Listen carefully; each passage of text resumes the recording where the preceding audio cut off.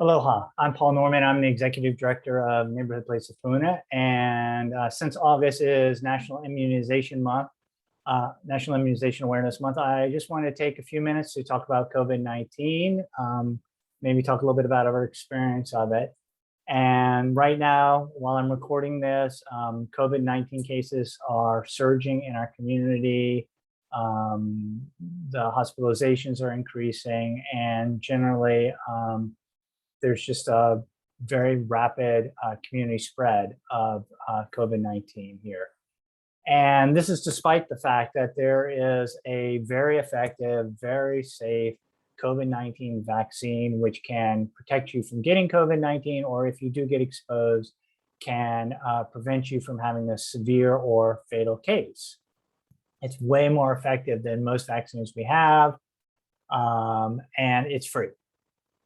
And Neighborhood Place of Puna totally supports, we're fully behind people getting vaccinated. We encourage you to get vaccinated. But of course, one of the reasons we are in the situation we are in right now with the rapid increase in COVID-19 cases is because there are quite a few individuals who, for many, many reasons, aren't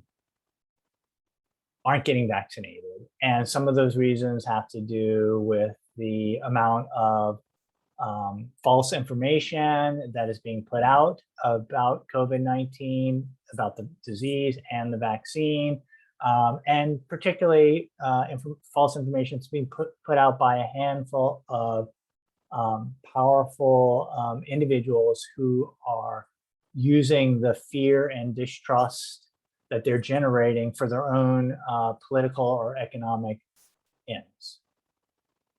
But more importantly, I think one of the things that we've forgotten as a community, as a great society, is that truly great societies that are healthy and vibrant, are societies that treat our neighbors with moral restraint, treat our neighbors with compassion, treat our neighbors with love, right? We have love for our neighbors. We have compassion for our neighbors.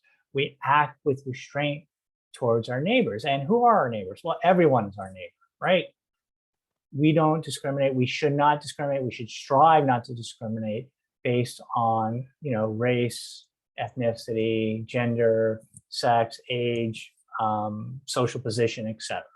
I mean, that's the goal. I mean, it's difficult for all of us, but we should strive to see each individual that we encounter as our neighbor, as a person connected to us, as a person who has value and worth in and of themselves, and who should be treated respectfully, who should be treated, so we should respond to with courtesy, right? And, we should not, right? This is the moral restraint part. We should treat everybody with respect and courtesy, and we shouldn't steal from them. We shouldn't lie about them. We shouldn't betray their trust.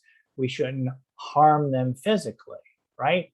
Even if our hearts are in turmoil and we feel anger or violence towards our neighbor, we should strive to restrain our actions. And then, of course, we should respond to individuals with compassion, right? So compassion has, means to suffer with. It means to feel with, to recognize that another individual is just like us, is a real living human being with hopes and fears and a history. Some of that good, some of that painful, and that we, in our interactions with our neighbors, should respond in a way that, at the very least, doesn't cause them harm, doesn't cause them suffering, and hopefully minimizes the suffering in their life, minimizes their hardship. I'm thinking of the practice of giving, in public transportation, of giving your seat to an older person, right? You're young, you're healthy, your body's strong, you can stand. The older person would suffer less if they sat instead of stood. Very simple, right? Very simple act of compassion. Or when you're, when I was being raised as a child, it's like you don't eat food in company unless you're willing to share, right? Because someone in your company might be hungry, and it's polite to share with those around you, right? Those are just simple, compassionate acts. And then finally, we should be loving towards our neighbor. And love isn't like just a mushy feeling, an emotional thing. No, love is the desire for the other's happiness, right? I want you to find happiness, and I want you to find happiness in healthy ways, right? But I want you to fundamentally be happy, and I want you to be have a happy life, a fulfilled life, a life with hope and opportunity and future and health. That should be my goal for you. That should be our goal for our neighbors, for those around us. And so for me, fundamentally, the act of getting vaccinated is an act of love and compassion, right? So I know that if you get sick because of me, because I don't get vaccinated, that you will suffer. So I for sure want to stop that. And I also know that it's possible that if you get sick, your life longer term may not, you may not be able to achieve the things in your life that will bring you happiness and meaning, right? So love and compassion. And of course, during this, we're also asked to wear masks, observe social distancing, be concerned for the welfare of the other. So in a sense, wearing a mask is a type of moral self-restraint, right? So even though it's uncomfortable, even though it's weird not seeing people's faces and expressions, I am going to wear the mask right now to try and make sure that you don't get sick and suffer. So these principles, these kind of fundamental practices or fundamental views, I don't know how you want to say it, are really important to us as a society. And I see it a lot in the work the Neighborhood Place of Puna does, outside of the pandemic, because Neighborhood Place of Puna works with families with children, many of them experiencing homelessness, many of them struggling economically, many of them with limited opportunities. And I see that. And at the same time, I'm very aware that we live in the wealthiest nation in the world. And the fact that we have children in our community who don't have a safe place to live, that we have children in our community who don't have enough healthy food to eat, who don't have enough food to eat, right?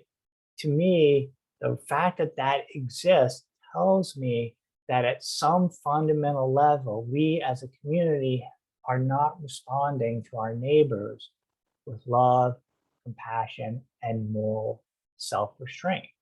Because for sure, we should make sure that our children and family have enough to eat, that they have a safe place to live, right? That's not outrageous. That's not an outrageous ask.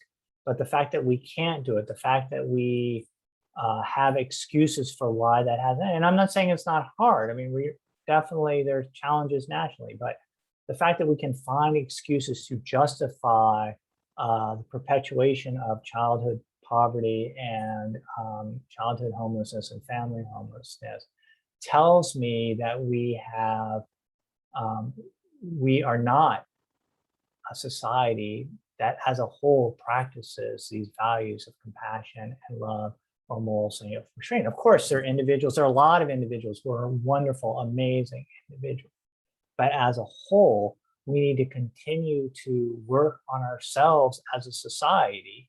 We need to work on ourselves collectively to cultivate and nurture these values so that, one, our families and children have enough to eat and a place to stay, but also so that when we face with a challenge like COVID-19, a pandemic, that of course it's going to be difficult, but that we will have more social cohesion when it comes to responding in a compassionate and helpful way that minimizes people's suffering and hardship and benefits the majority of people. So once again, strongly encourage you to get vaccinated if you have not done so. Please follow all the best practices of washing your hands, social distancing, masking when you're around others, and follow CDC guidelines. If you like this video, go ahead and click the like button. If you want to find out more information about Neighborhood Place of Puna, you can visit neighborhoodplaceofpuna.org. Please follow our channel and you'll get updated. You'll get notified when the next video comes out. And please do whatever you can in your community to stay safe and to help our children stay safe and healthy. Aloha and mahalo.